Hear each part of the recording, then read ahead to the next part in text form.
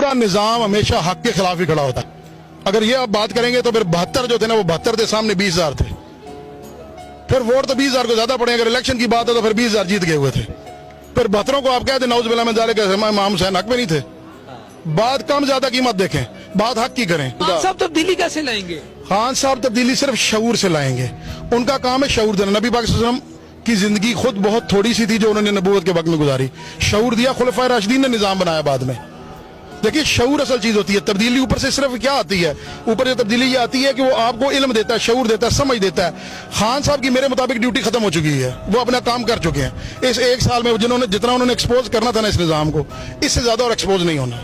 अगर आप कहते हैं कि अभी भी कुछ और जानना है तो फिर आप रहने दें, जानने की जरूरत नहीं है। फिर आप इसी तरह गुलाम गुजरते रहें और ख्वाब देखते रहें कि मुझे भी वहाँ का नेशनलिटी मिल जाएगी अमेरिका की, मैं वहाँ जाके नौकरी कर लूंगा, मैं थर्ड सिटीजन बन जाऊंगा, यही जिंदगी रह जाएगी। यहाँ कोई जिंदगी नजर नहीं आती।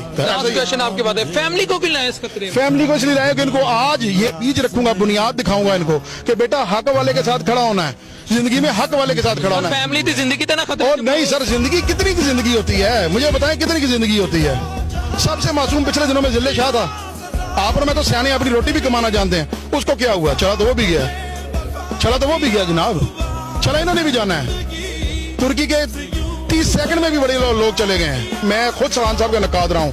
कुछ चीजों पे मैं उनके अगेंस्ट नहीं खड़ा हो सकता। एक नामोशी रसालत के ऊपर शख्स का जो किरदार रहा उसमें मैं उसके खिलाफ नहीं खड़ा हो सकता। मैं इतना बड़ा लेन नहीं बन सकता कि मेरे सामने कोई कलमा पढ़ रहा हो और रसालत को खातमुन नबीन कह रहा हो, रसूल पाक सल्लल्लाहु अलैहि वसल्लम की जात को, और मैं कहूँ नहीं ये यहूदी है, ये काफिर है, ये जुर्म मैं नहीं कर सकता। दूसरी चीज, मेरे बच्चों को उसने एक यकसा निसाब पे लाने की कोशिश की कि अमीर का गरीब का बच्चा एक निसाब पढ़े, फिर जो आगे दौड़ में आगे निकल जाए।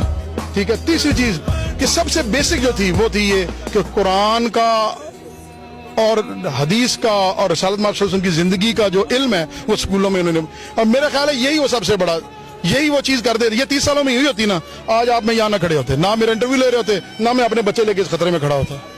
हकीकत जाने सिर्फ हमें कुरान का इल्म मिल जाना। मेरे बच्चों को पहली क्लास से कलमे से लेके कुरान के आखिरी पारे तक आप वो समझा दें, पढ़ा दें। किसी इमरान खान की, किसी नवाज शरीफ की, किसी की हमें जरूरत नहीं है, क्योंकि हमारा दीन एक मुकम्मल दीन है, वो हमें सब कुछ देता है। आप वो समझाते नहीं है, वो मदरसों के जिम्मे डाल दिए, स्कूलों के जिम्मे है ही नहीं। मुझे खान साहब के मुकाबले में ला इलाहा इल्लल्लाह वाला कोई और दे दो, उनसे बेहतर वाले दे, मैं उसके साथ खड़ा हो जाता हूँ। सिर्फ इतना सवाल है। मेरे दादा आर्मी में थे, कायद आज़म की सिक्योरिटी में रहे हैं, सादा कपड़ों में रिटायर हुए थे, सादा कपड़ों में, और वापस अपने गाँव की चारपाई पे वक्त गुजारा। बात समझ रहे हैं? एटॉमिक एनर्जी कमीशन के पास मेरा गाँव है, जमीनें वक्त की हमने।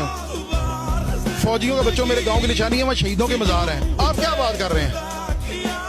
कलमा कलमा कलमा मुझे कहें आप लाके खान के मुकाबले का किरदार का बंदा को खड़ा जो आके कहते यार ला आप कलमा पढ़े और मैं आपके कलमे पे शक करूं, मुझे बताएं मैं कसूरवार हूं कि आप कसूरवार हैं? बस ये किरदार है। और मेरी औलाद को, मेरी नस्ल को मत अदा करे कि वो ला इलाहा इल्लल्लाह मोहम्मद रसूलुल्लाह का जो हक अदा करने का असल तरीका ना, उस पर खड़े रह सके। ये हमारी ख्वाहिश।